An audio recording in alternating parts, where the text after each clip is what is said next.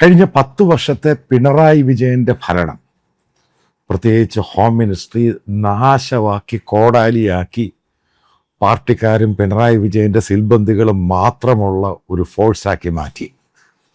അതിൻ്റെ പേരിലാണ് രക്ഷാപ്രവർത്തനം. ആ പ്രവർത്തനം മുഴുവനും ശിങ്കടികളും പാർട്ടി പറഞ്ഞാൽ, പിണറായി പറഞ്ഞാൽ, പിണറായിയുടെ ലോബിയിസ്റ്റ് പറഞ്ഞാൽ കേൾക്കുന്ന ഒരു ഗ്രൂപ്പായിട്ട് കേരള പോലീസിനെ മാറ്റി എന്നുള്ള കാര്യത്തിൽ യാതൊരു സംശയമില്ല. അഴിമതി അതിൻ്റെ പീക്കിലാക്കി അങ്ങ് മാറ്റി. ഉറപ്പായിട്ടും കേരളത്തിലെ ജനങ്ങൾ ഒന്നടങ്കമാണ് പിണറായി വിജയൻ ഗവൺമെൻറ്റിനെ എതിർത്ത് വോട്ട് ചെയ്ത് UDF അധികാരത്തിൽ വരുന്നത്. പോപ്പുലാരിറ്റിയാണ്. സതീശൻ മുഖ്യമന്ത്രിയായി. അപ്പം പ്രധാനമായിട്ട് കീ ആയിട്ടുള്ള മാറ്റങ്ങൾ ഉണ്ടാകണം പോലീസിൽ. അത് ഏറ്റവും ആവശ്യമാണ്. ആ സമയത്താണ് മുഖ്യമന്ത്രി തർക്കമുണ്ടാകുന്നു, രമേശ് ചെന്നിത്തല, KC വേണുഗോപാൽ ഇഷ്യൂ ഉണ്ടാകുന്നു. അവസാനം പോപ്പുലാരിറ്റി മാനിച്ച് ഹൈക്കമാൻഡ് സതീശനെ മുഖ്യമന്ത്രിയാക്കുന്നു. രമേശ് ചെന്നിത്തല ചോദിച്ചു വാങ്ങി, അദ്ദേഹത്തിന് ഹോം മിനിസ്ട്രി വേണം, വിജിലൻസ് വേണം. അതായത് ഒരു കഴിവില്ലാത്ത ഒരാൾ പൂർണ്ണമായിട്ടും ഹോം മിനിസ്ട്രി കുളമാക്കിയ ഒരു മനുഷ്യൻ വീണ്ടും അത് ചോദിച്ചു വാങ്ങി. നിങ്ങൾ ആലോചിക്കണം, രമേശ് ചെന്നിത്തല ഉമ്മൻചാണ്ടിയുടെ സമയത്ത്, മുഖ്യമന്ത്രി ആയ സമയത്ത് ഹോം മിനിസ്ട്രി മേടിച്ചിട്ട് നിങ്ങൾക്ക് ഓർമ്മയുണ്ടായിരിക്കും, താക്കോൽ പോസ്റ്റ്. എന്നിട്ട് എന്താ ചെയ്തത്? ഉമ്മൻചാണ്ടിക്കെതിരെ പോലീസിനെ ഉപയോഗിച്ചും ഇൻ്റലിജൻസിനെ ഉപയോഗിച്ചും വൃത്തികെട്ട ഗെയിം ചെയ്തു. എല്ലാവർക്കും അറിയാവുന്ന വസ്തുതയാണ്, പോലീസിനെ ഉപയോഗിച്ച് രാഷ്ട്രീയക്കാർക്ക് ഗെയിം ചെയ്യാൻ പറ്റും. 10 ദിവസം കഴിഞ്ഞില്ല രമേശ് ചെന്നിത്തല മന്ത്രിയായി. സെയിം ഡേർട്ടി ഗെയിം അയാൾ വീണ്ടും സ്റ്റാർട്ട് ചെയ്തു. ഞാൻ കൃത്യമായിട്ടത് അറിഞ്ഞതാണ്. ഒരു അപ്പോയിൻമെൻ്റ് നടത്തുന്ന ഹേമേന്ദ്രൻ കുഴപ്പമൊന്നുമില്ല, ഒരു നല്ല മനുഷ്യനാണ്, നല്ലൊരു IPS ഓഫീസറാണ്, DGP ആയിട്ട് റിട്ടയർ ചെയ്തു. അയാളുടെ പോസ്റ്റിംഗ് നടക്കുന്ന ഉറപ്പായിട്ടും മുഖ്യമന്ത്രിയുടെ സമ്മതത്തോടു കൂടിയേ പോസ്റ്റിംഗ് നടത്താൻ പറ്റത്തുള്ളൂ. എന്നിട്ട് എന്തുണ്ടായി? ഇതാണ് തമാശ എന്ന് പറയുന്നത്. അതായത് രമേശ് ചെന്നിത്തല ഒരു ലിസ്റ്റ് അങ്ങ് ഉണ്ടാക്കി. കാരണം അയാൾ നേരത്തെ ഇരുന്ന സമയത്ത്, കാരണം വളരെ വർഷക്കാലം പൊളിറ്റീഷ്യനാണ്, ഹോം മിനിസ്റ്ററുമായിരുന്നു, അയാളുടെ ശിങ്കടികളെ വെച്ചു. ഇതല്ലേ ശിങ്കടികൾ എന്ന് പറയുന്ന മുഴുവനും പിണറായി വിജയൻ ഗവൺമെൻറ്റുമായിട്ട് ബന്ധമുള്ളവർ. കാരണം 10 വർഷത്തെ റിലേഷൻഷിപ്പ് നിങ്ങൾ മനസ്സിലാക്കണം. ആ സേനയ്ക്കകത്തുള്ള ഉരുവപ്പെട്ട IPS ഒഫീഷ്യൽസ് മുഴുവനും സീനിയർ ആയിട്ടുള്ളവർ പിണറായിയുമായിട്ട് കണക്റ്റഡ് ആണ്. ഇലക്ഷന് മുമ്പ് ചില റീഷഫിൾ നടത്തും ഇലക്ഷൻ കമ്മീഷൻ. അവരെ കണ്ടിന്യൂ ചെയ്യാൻ, അതായത് CR വെങ്കടേഷ്, അതായത് ADGP ലോ ആൻഡ് ഓർഡർ, അങ്ങനെയുള്ള പല ആൾക്കാരെയും കണ്ടിന്യൂ ചെയ്യാനും, അതേപോലെ തന്നെ രമേശ് ചെന്നിത്തലയായിട്ടുള്ള അടുപ്പമുള്ള പലരെയും അങ്ങ് വെച്ചു. എങ്ങനെയാണ് മുഖ്യമന്ത്രിക്കും UDFന് അത് പോസിറ്റീവായിട്ട് എടുക്കാൻ സാധിക്കുന്നത്? മുഖ്യമന്ത്രി പറഞ്ഞു ഈ ലിസ്റ്റ് അക്സെപ്റ്റഡ് അല്ല. അത് പറഞ്ഞു ഘടകകക്ഷികളുമായിട്ട് ചോദിച്ചൊരു ലിസ്റ്റ് ഉണ്ടാക്കി. ആ ലിസ്റ്റ് രമേശ് ചെന്നിത്തലയ്ക്ക് കൊടുത്തു. രമേശ് ചെന്നിത്തല റിജക്റ്റ് ചെയ്തു. മുഖ്യമന്ത്രി പറഞ്ഞു ആ ലിസ്റ്റിൽ നിന്ന് എടുക്കാൻ പറ്റും. ഇവരൊരു തർക്കമായി. കാരണം രമേശിന് അയാളുടെ ആൾക്കാരെ വെച്ച് മുഖ്യമന്ത്രിക്കെതിരെയും മറ്റുള്ള ഘടകകക്ഷികൾക്കെതിരെ, അയാളെ എതിർത്തവർക്കെതിരെ, അതായത് മണ്ടൻ പണി. ഒരു മന്ത്രിസഭ അധികാരത്തിൽ കയറിയിട്ട് കുറച്ച് കഴിഞ്ഞിട്ട് തുടങ്ങുക, മരപ്പൊട്ടൻ പണി സ്റ്റാർട്ട് ചെയ്യാൻ തുടങ്ങി. അതാണ് ഈ പറയുന്ന ADGP ഇൻ്റലിജൻസ് വിജയൻ. അയാൾ റിപ്പോർട്ട് പോലും, അയാളുടെ ഡിപ്പാർട്ട്മെൻറ്റ് റിപ്പോർട്ട് പോലും കൊടുത്തിട്ട് ഫ്ലോപ്പായി പോയി. കാരണം രമേശിന് താല്പര്യമില്ല. വീണ്ടും അറിയാൻ സാധിച്ചു, റെയ്ഡ് നടക്കുന്ന സമയത്ത് രമേശ് ചെന്നിത്തല പിണറായി വിജയനെ വിളിക്കുന്നു, സംസാരിക്കുന്നു. അതായത് AKGയുടെ ലിസ്റ്റാണ്, AKG ഭവനിൽ നിന്ന് കൊടുത്ത ലിസ്റ്റും കൂടെ ചേർത്ത് വെച്ചാണ് രമേശ് ചെന്നിത്തല പുതിയ ഒഫീഷ്യൽസിൻ്റെ, പോലീസ് ഒഫീഷ്യൽസ് കീ ആയിട്ടുള്ള പോസ്റ്റിങ്ങിൻ്റെ റിപ്പോർട്ട് തയ്യാറാക്കിയത്. ഇതിനെ എങ്ങനെ ഒരു പുതിയ സതീശൻ മന്ത്രിസഭയ്ക്ക് ഉൾക്കൊള്ളാൻ സാധിക്കും? ഇതാണ് ഇഷ്യൂ. എന്നിട്ട് രമേശ് ചെന്നിത്തല ചെയ്ത പരിപാടി കണ്ടോണം, തമാശ. ഈ പറഞ്ഞ ലിസ്റ്റിലെ ഈ പറഞ്ഞ അയാളുമായിട്ട് ബന്ധപ്പെട്ട പല ഓൺലൈൻ മീഡിയ, മറ്റുള്ള മീഡിയയ്ക്ക് റിപ്പോർട്ട് അത് ലീക്ക് ചെയ്ത് കൊടുത്തു. അതായത് പുള്ളി ഈ പറയുന്ന റീഷഫിള് നടത്താൻ സതീശൻ സമ്മതിക്കുന്നില്ല. എന്താ ഗെയിം പ്ലാൻ? ഇതാണ് രമേശ് ചെന്നിത്തല എന്ന് പറഞ്ഞ മരമണ്ടൻ ചെയ്യുന്നത്. ഞാനിത് വെറുതെ പറഞ്ഞതല്ല. ഈ ഉമ്മൻചാണ്ടിയുമായിട്ടുള്ള പ്രശ്നം എന്തുവാ? ഉമ്മൻചാണ്ടിക്ക് വലിയ പ്രശ്നമൊന്നുമില്ല, രമേശിനെ ആഭ്യന്തരമന്ത്രിയാക്കി. ഉമ്മൻചാണ്ടിക്കെതിരെ മാക്സിമം അങ്ങ് പാര പണിതു, മരപ്പൊട്ടനായിട്ടല്ലേ പണിത്, ഇത് പബ്ലിക് അറിയുമെന്ന് അറിയണ്ടേ. ഇപ്പൊ സതീശിനെതിരെ ഇതേപോലെയുള്ള ഗെയിം അങ്ങ് സ്റ്റാർട്ട് ചെയ്തു. അതായത് ഞാൻ നേരത്തെ ഒരു വീഡിയോയിൽ പറഞ്ഞിരുന്നു, രമേശ് കീ പോസ്റ്റ് വരുന്നത് അയാൾ ഈ സതീശിനെ തൊലയ്ക്കാൻ വേണ്ടി വരുന്നതാണ്. മന്ത്രിസഭയുടെ എല്ലാ പോപ്പുലാരിറ്റിയും തകർക്കണം. അതിന് അയാളുമായിട്ട് ബന്ധമുള്ളതും പിണറായി വിജയനുമായിട്ട് കണക്റ്റഡ് ആയിട്ടുള്ള പോലീസ് ഒഫീഷ്യൽസിനെ അങ്ങ് വെച്ചു കൊടുത്തു, ആ ലിസ്റ്റ് ഉണ്ടാക്കി. പിന്നെ ഇതിനേക്കാളും ഭേദം പിണറായി വിജയൻ ഭരിക്കുന്നത്. ഇതാണ് അതിൻ്റെ കാരണം. അതായത് UDF-ലെയും കോൺഗ്രസിലെയും പല ആൾക്കാരും സീനിയറായിട്ടുള്ള പല IPS ഒഫീഷ്യൽസിനെയും മാറ്റണമെന്ന് ആവശ്യപ്പെട്ടു. കാരണം അല്ലെങ്കിൽ കേരളത്തിലെ ഭരണം മുന്നോട്ട് പോകാൻ പാടാണ്.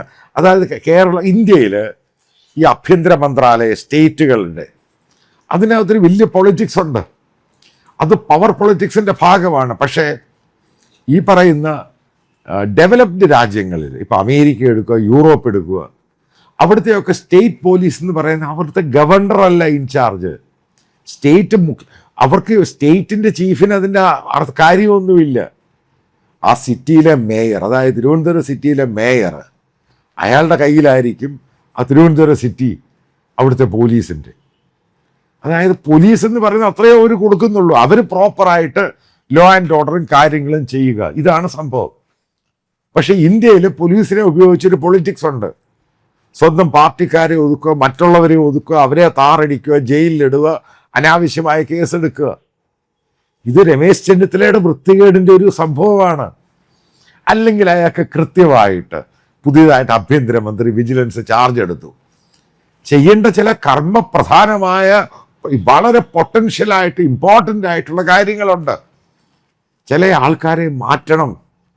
ചില കീ പോസ്റ്റിൽ പല ആൾക്കാരെയും വെക്കുമ്പോൾ ഘടകകക്ഷികൾ ഉറപ്പായിട്ടും എല്ലാവരും കൂടി ഒരുമിച്ച് നിന്നാണ് ജയിച്ചിരിക്കുന്നത്. സ്റ്റേക്ക് ഹോൾഡേഴ്സാണ്. അവരോടും കൂടെ സംഭാഷണം നടത്തണം, അവരോട് കോൺവെർസേഷൻ നടത്തണം. എന്നിട്ട് ആരാണ് നല്ല കാൻഡിഡേറ്റ്, ആരാണ് ഒതുക്കി വെച്ചിരിക്കുന്നത്, അവരെ മുമ്പോട്ട് കൊണ്ടുവരണം. ആരാണ് ഓണസ്റ്റ് ആയിട്ടുള്ള ഓഫീസേഴ്സ്, അവരെ മുന്നോട്ട് കൊണ്ടുവരണം. അതൊന്നും ചെയ്യാതെ അതായത് പിണറായി വിജയന്റെ സിബന്ധികളെ മാത്രം വെച്ച കാര്യങ്ങൾ അങ്ങ് നടത്താൻ നോക്കി. സതീശൻ വല്ലാതെ പെട്ടുപോയി. അതുകൊണ്ടാണ് സതീശൻ 10 പ്രാവശ്യം ഞാൻ അറിഞ്ഞെടുത്തോളം ഈ പറയുന്ന പത്രക്കാർ വരുമ്പോൾ മിണ്ടാതിരിക്കുന്നതിൻ്റെ കാര്യം എന്തുത്തരം പറയും. കാരണം VD സതീശനും മുഖ്യമന്ത്രിക്കും മന്ത്രിസഭയ്ക്കും കൃത്യമായിട്ടറിയാം. അതായത് മുഖ്യമന്ത്രിയുടെ വീടിന് മുമ്പിൽ ED-യെ അറ്റാക്ക് ചെയ്തത് ഒരു സ്റ്റേറ്റിൻ്റെ റെസ്പോൺസിബിലിറ്റിയാണ്. അതിൻ്റെ അകത്ത് അക്കൗണ്ടബിലിറ്റി ഉണ്ട്. ഉത്തരവാദിത്വം ഒഴിയാൻ കഴിയില്ല. ഇവിടെയാണ് ഞാൻ പറയുന്നത് രമേശ് ചെന്നിത്തല എന്ന് പറഞ്ഞ മരമണ്ടൻ, മണ്ണുണ്ണി, ബൊണ്ണ. കാരണം അയാൾക്ക് ആ ബുദ്ധിയേ ഉള്ളൂ. അല്ലെങ്കിൽ തുടങ്ങുമ്പോൾ ഇതേപോലെയുള്ള ഡേർട്ടി ഗെയിമല്ലേ ചെയ്യേണ്ടത്. ആദ്യം കുറച്ച് നാൾ പോകട്ടെ, നല്ല പോലെ കാര്യങ്ങൾ പോകണം. കുറച്ച് പബ്ലിക്കിനെ അട്രാക്റ്റ് ചെയ്യാൻ ചില സംഭവങ്ങൾ കൊണ്ടുവന്നു.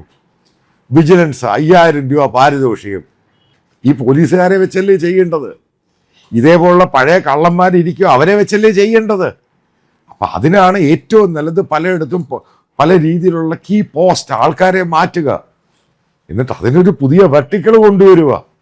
കാരണം ഇവർ പറഞ്ഞാൽ കേൾക്കുന്ന ഈ മന്ത്രിസഭയും മുഖ്യമന്ത്രിയും ഇവരൊക്കെ പറഞ്ഞാൽ കേൾക്കുന്ന ആളുകളെ കൊണ്ടുവരിക, ഓണസ്റ്റായിട്ട് നിൽക്കുന്നവരെ. അല്ലെങ്കിൽ പോലീസിലെ ഓരോ കാര്യങ്ങളും ലീക്കായിട്ട് പോവും. കാരണം ഭരണം നടത്താൻ പറ്റാത്ത സ്ഥിതിയാകും. പല ഓണസ്റ്റ് ഒഫീഷ്യൽസിനെയും പിണറായി വിജയൻ ഇരുന്ന സമയത്ത് പല ആൾക്കാരെ ഒതുക്കിയിട്ടുണ്ട്. വളരെ സ്ട്രെയിറ്റ് ഫോർവേഡ് ആയിട്ടുള്ള ഒഫീഷ്യൽസിനെ.